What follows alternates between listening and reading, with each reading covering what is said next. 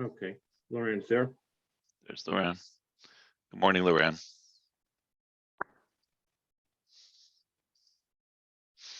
All right, so everybody's on, so why don't we get started?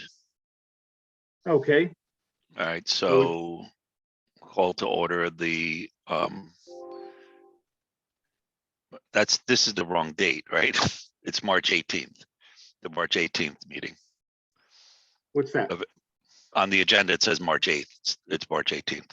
Well, yeah, well, that's the date of the agenda. The first line down, Phil. Scheduled meeting of the Architects Board will be held on March 18th. Oh, I got it. Okay, fine. Okay, so the first item on the agenda is to review the minutes of the January 21st meeting. Any comments, or can I get a motion to approve? To approve. Swig. Second, A second, Angela. any comments? All in favor? Aye. Aye. Any opposed? Okay, the minutes are approved. We're gonna change the agenda because Angela's got a call she's got to take. So I want to move Suzanne Petrucello up on the agenda to the second item. Bob, is that okay? Absolutely, Phil. So I've reviewed this, and I can share. Let's see. So, you know, as everybody knows, and we didn't distribute this, I guess, but as everybody knows, Bob Hurd had done an evaluation of Suzanne previously, and Bob's recommendation was that she be approved to sit for the exam. I've done at the ALL meeting in 2014, there was a motion brought forward to approve her. That motion was never voted on. So I'm not sure, Bob, if that means that motion is still open because it was never actually voted on. It was decided to ask her to come to the next meeting, but the best I could figure out, that never happened. And it wasn't until recently, this past fall, where this was brought back to light to our attention. I've spoken to Suzanne. I've looked at what Bob wrote. I've looked at her file. I've looked at her resumes. Without overcomplicating this, my recommendation is that she be allowed to sit for the exam. She's got a pre-professional degree where she did take architecture classes. She completed at the time, what was IDP. She has 7,696 hours where she only needed 5,600, and she actually worked longer than that. I know there was a concern from the previous board members that she didn't have enough quote unquote commercial experience. To me, that's not really the case. She had commercial experience while she was working under licensed architects. Since approximately 2005, she's basically been working on her own. So maybe she doesn't have as much commercial experience recently, but she did complete the IDP and did whatever had to be done for that. So she's probably got as much commercial experience as anybody else who qualifies to sit for the exam. Based on all of that, and she still would have to pass the exam, by the way. Based on all that, it would be my recommendation that we allow her to sit for the exam, but this is obviously open for conversation with everyone. So Bob, I guess the first question is that motion still open from 2014, or do we need to bring a new motion forward? I think we need to bring a new motion forward, Phil. That's fine. So can I get a motion to either recommend that we allow her to sit for the exam or not, and then we can have a conversation and vote on it?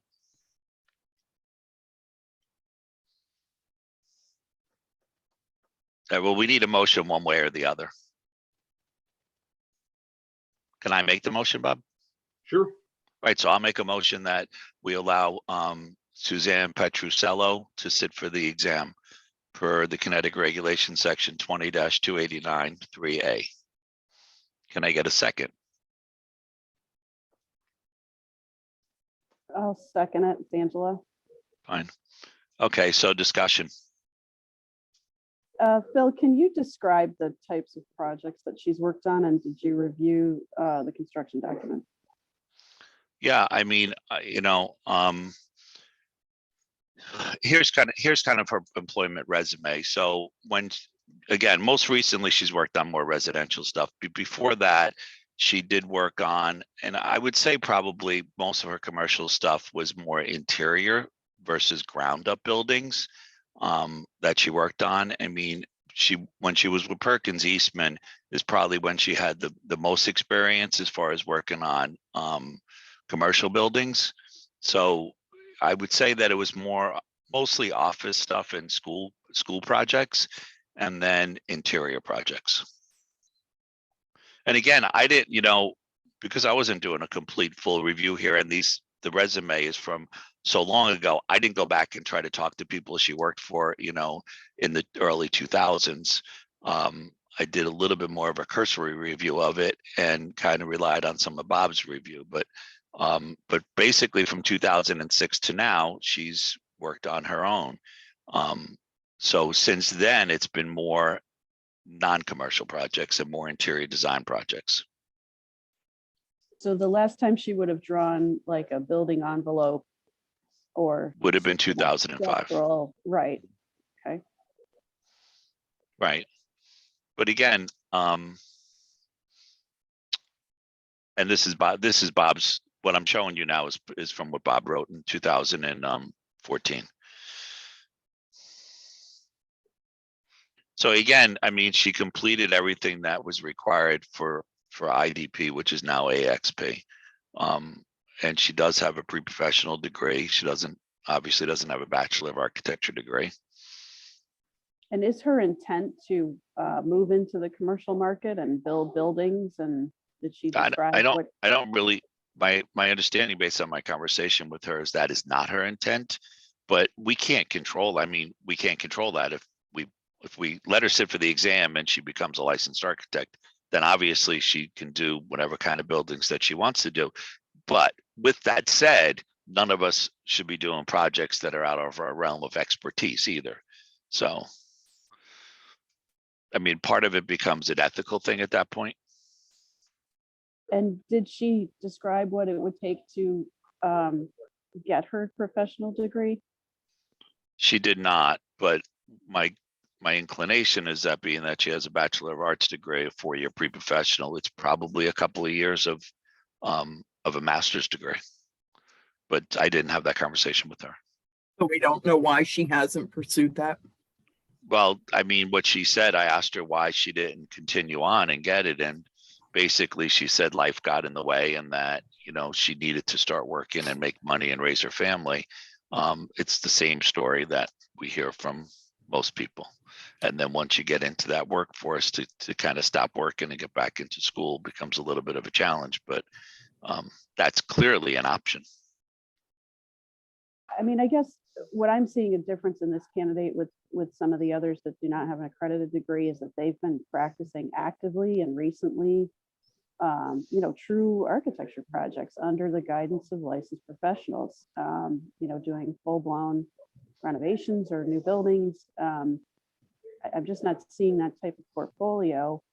And to say that, someone can then go off and become a licensed architect, and they really have limited experience in the guidance, that those years of guidance under a licensed professional are supposed to make up for the lack of a professional degree, but I'm just not seeing that.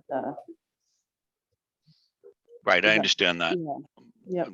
Right, and I'm not sure if, can you, I put her portfolio up. I don't know, can you see it or? I can see it, Phil. Okay, fine. Yeah. So I mean, but most of these projects are from before, as you just said, Angela, these projects are from before she started working for herself, so she has commercial experience, but it's from a long time ago. And again, it is mostly interior stuff. Right. So.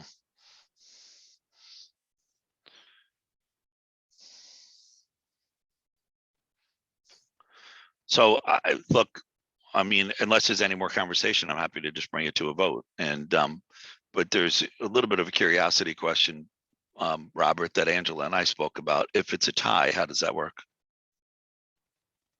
Boy, I have to talk with our legal department. I'm not sure. All right, well, why don't we vote first and then we can say Twig. I might be able to help with that. Please. I'm sorry, In Phil, the do you public recuse meetings yourself? that I've attended in Fairfield. A tie means the motion fails.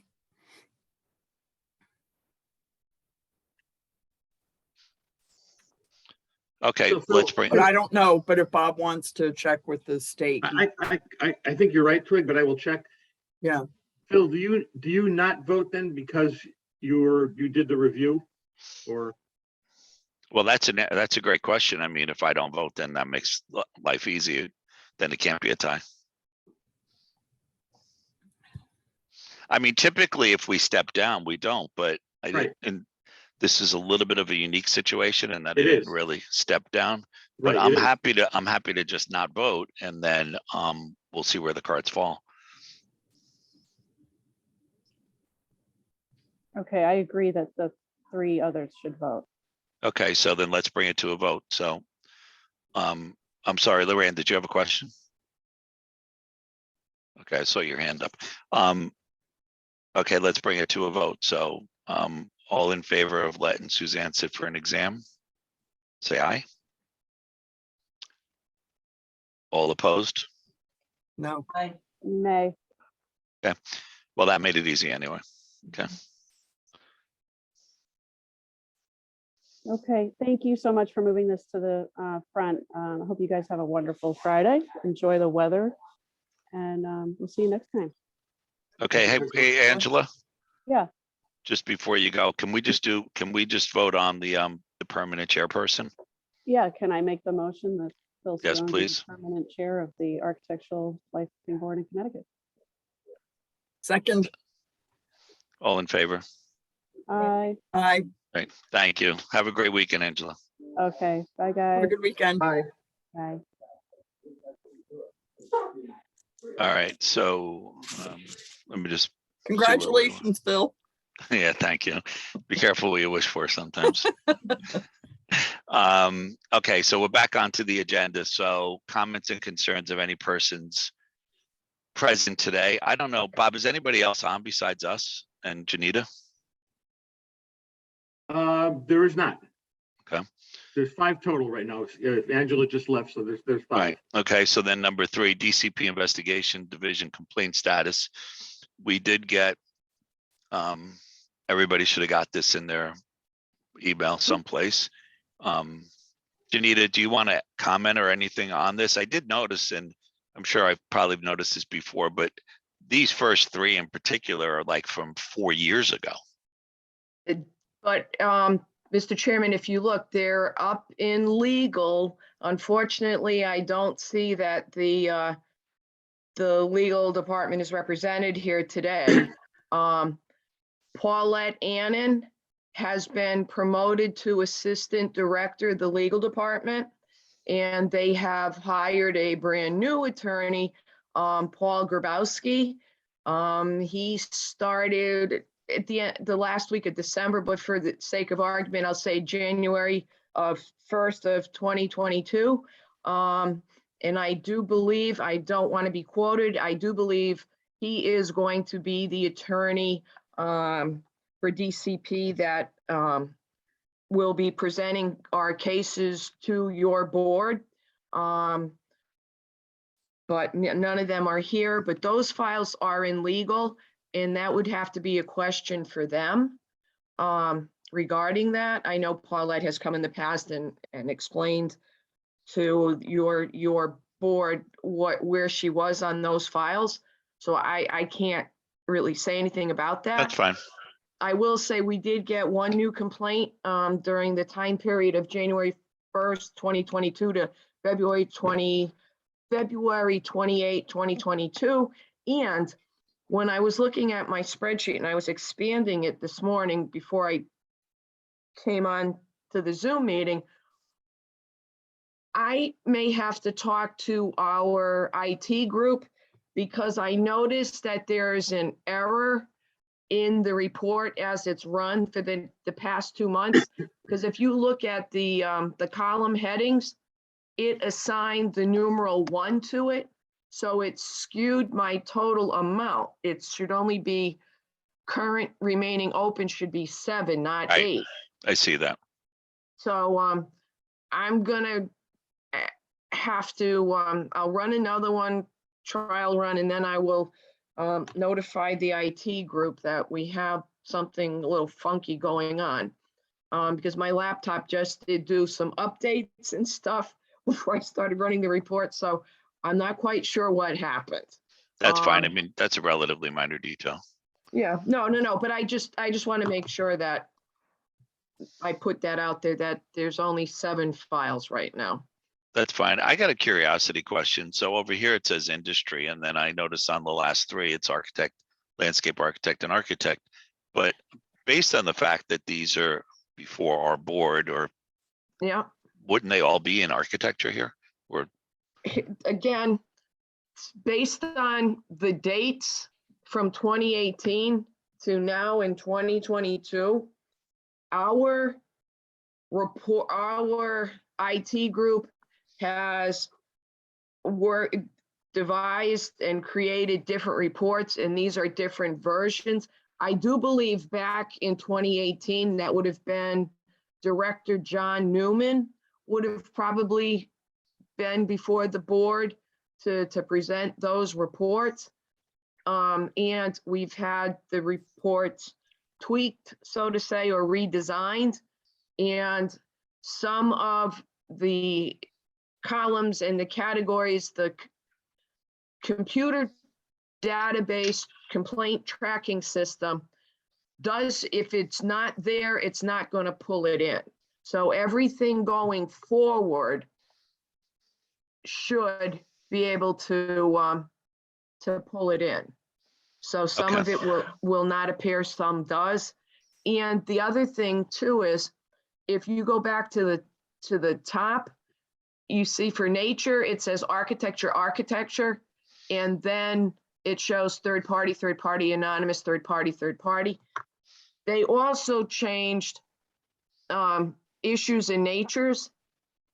And because they said, yeah, we know it's architecture, we know it's architects, but you know, where did the complaint come from? So Understood. they changed that. So there will be, on the older files, you'll see in the nature, architecture, and then it's either an anonymous complaint, or it'll say consumer complaint, third party complaint, or if it's something the department is investigating or noticed itself, it'll say DCP inquiry. So if we, on my occupational side, it will also could be part of a site inspection, because my inspectors will go out on a construction site, show badges, and ask to see electrical licenses, apprenticeship cards, plumbing, and so forth. And just so you all know, when we are out there and we're in the GC's trailer and they say somebody's an architect or an engineer, oh, really? Do you have your license? We'll ask for that. And then we look for permits too. No, we do. That's great. No, you're saying you're an architect. Oh, you got a license to do that. Oh, you're an engineer, really? Do you have a license in Connecticut to practice in Connecticut? What are you talking? No. And the GC, if it's a large construction project, will say, oh, do you have a major contractor registration with DCP? And you're like, what? Yes, no, really. Right. It's a threshold Okay. building. Where's your major contractor registration? Where's your permit? So we do that. So it's been, our complaint database has been evolving over the years, and it skews what the report looks like. So the older ones, like I said, show the architecture, then the newer ones are going to show where it came from, and it also will skew for the industry side what it is. Okay. So Because if I they- can ask a question, Janita, Sure. pardon me, is this a basic report format that's used across all divisions in your organization? My group, investigations, Yes. we, for the most part, are the only one that report to boards. Director Richard Hurlbert retired December 31st, 2021, and different sections of his division, like Mr. Kuzmich, the real estate and appraisal people have been moved to other entities. The only other group out of the investigation division that reports to a board would be real estate and appraisal. I don't know what they report to their, Oh, okay. to them, but All right. for myself, for all the boards, you know, occupational, professional, plus the mobile home park council, this is the report format that our IT group created, and this is what I use. Okay. I've had the engineering board ask me, how come it's not a cumulative report so that we can see exactly how many open files you still have and not just in a 2-month time frame? Well, that would be because the IT group we've asked for and would have to create a new format that would be able to do that.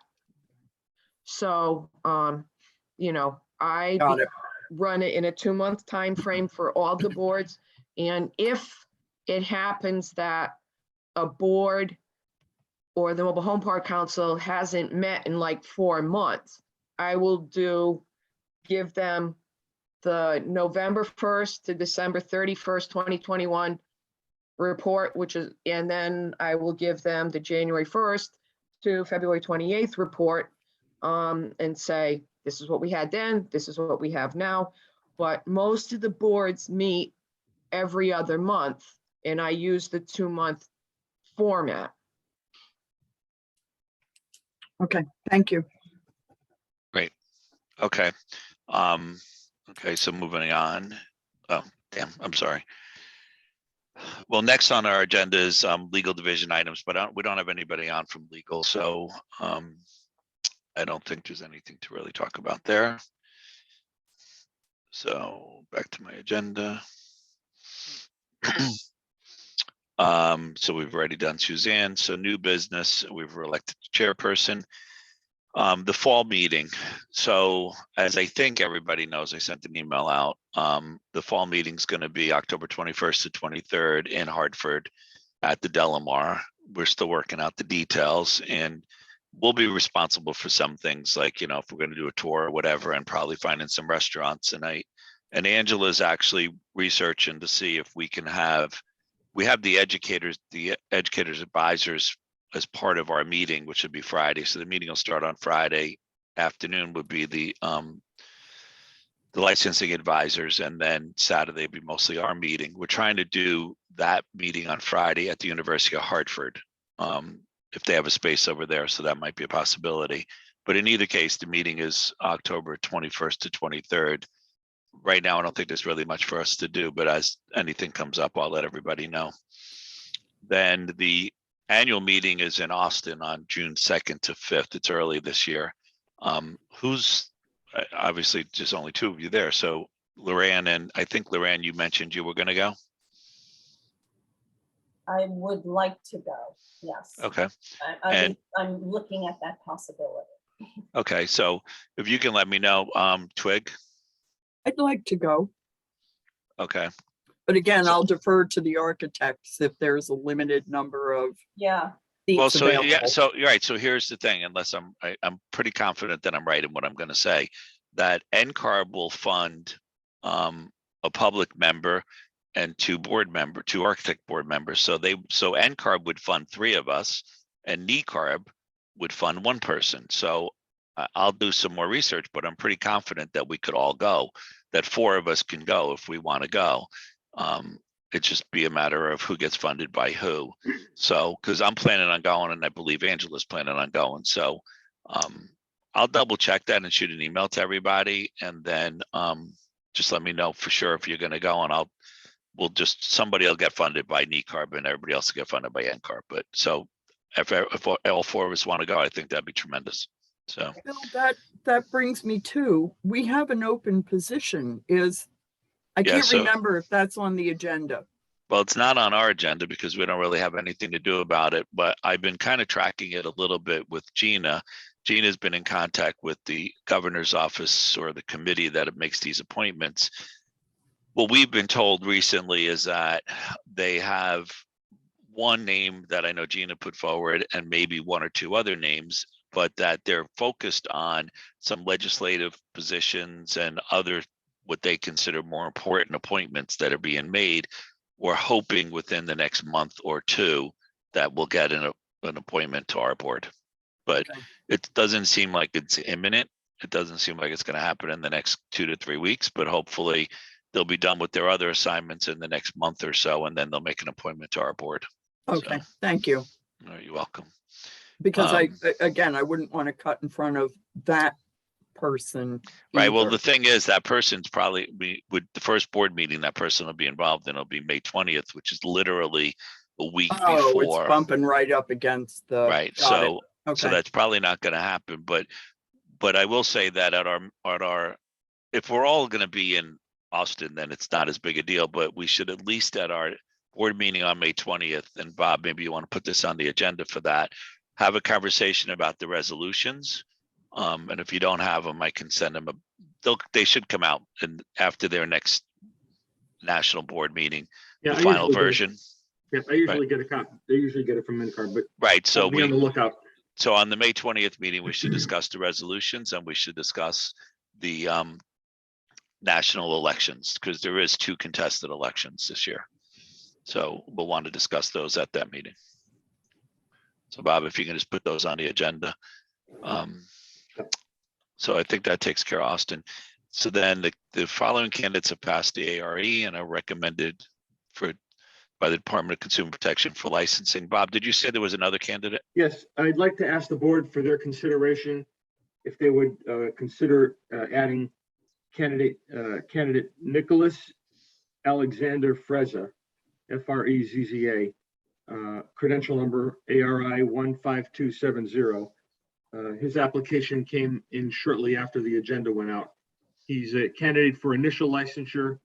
We have his council record from the NCARB with a recommendation from them to register. I reviewed it on behalf of the department and recommend that the board consider approval. Okay, great. All right, so can we get a motion to accept candidates Stuart Kenneth Shanks and Nicholas Alexander Frezza? Who? Good. Luann, second. all in favor? Aye. Aye, Aye. So Lorianne and Twig, Yes. yes.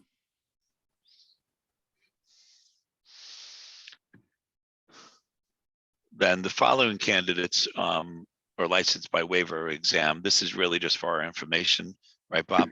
correct. Okay, I'm not going to read all these names here. There's a total of 52. Wow. Yeah. Back up to large numbers again. Everybody wants to be licensed in Connecticut. So there's 52 candidates that are coming through basically through NCARB certificates or direct reciprocity. Then the applications for corporate practice of architecture departments also approved these applications. Again, I'm not going to read all the names. There's a total of 8 corporate licenses, combinations of LLCs and other corporations and professional corporations. And then comments or concerns of any other person today.